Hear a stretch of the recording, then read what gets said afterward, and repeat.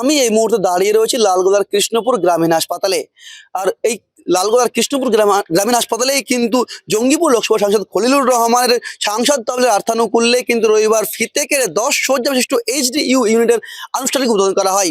এই দিনের এই এইচডিইউ ইউনিটের আনুষ্ঠানিক উদ্বোধনে উপস্থিত ছিলেন লালগোলা বিধানসভার বিধায়ক মোহাম্মদ আলী থেকে শুরু করে যে এসিএমওইচ রয়েছেন সুদীপকান্ত সরকার থেকে শুরু করে আরো বিভিন্ন জনপ্রতিনিধি এবং স্বাস্থ্য দপ্তরের আধিকারিকরা।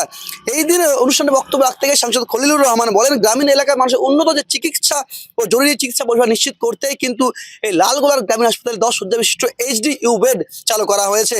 এবং এই যে উন্নত পরিষেবা চালু হওয়ার পরে কিন্তু বড় হাসপাতালে যে রেফারের হার থাকে সেই রেফারের হার কমবে। অনেক সময় দেখা যায় যে কিছু সিরিয়াস পেশেন্ট এসে থাকে, তাদের জন্য মিনিমাম একটা এইচডিইউ সার্ভিসের রুম দরকার, তার বেড দরকার, তার অন্যান্য ইনস্ট্রুমেন্ট দরকার। আর তারই একটা আজকে শুভ উদ্বোধন হলো আর কি। এখানে বিভিন্ন সময় দেখা যায় যে অনেক পেশেন্টকে এরকম রেফার করতে হয় জেলা হাসপাতালে, কিন্তু এইসব পেশেন্টের ক্ষেত্রে তখন এই এইচডিইউর মাধ্যমে বা কিছু পেশেন্ট এরকম আছে আইসিইউতে রাখতে হবে, যদিও এটা আইসিইউ পূর্ণ আইসিইউ নয়, আইসিইউ থেকে কাছাকাছি আর কি বলা যায়, বা সেমি আইসিইউ বলা যায় এইচডিইউকে। তো তার চিকিৎসা পরিষেবা লালগোলা এই কৃষ্ণপুর হাসপাতাল থেকে তার হবে।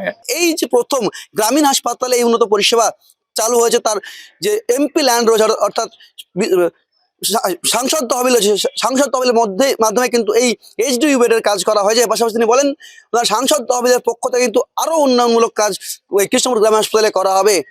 এই লালগোলার ব্লকের কৃষ্ণপুর গ্রামীণ হাসপাতালে রাজ্যে সর্বপ্রথম 10 শয্যা বিশিষ্ট এইচডিইউ ইউনিট চালু হওয়ায় কিন্তু এলাকায় খুশির হাওয়া। স্থানীয় রোগী থেকে শুরু করে স্থানীয় বাসিন্দাদের মতামত যে এই এইচডিইউ বেড চালু হওয়াতে কিন্তু লালগোলা ব্লকের চিত্র আরো পরিবর্তন হবে এবং পাশাপাশি গ্রামীণ স্বাস্থ্য ব্যবস্থার চিত্র আরো উন্নত হবে।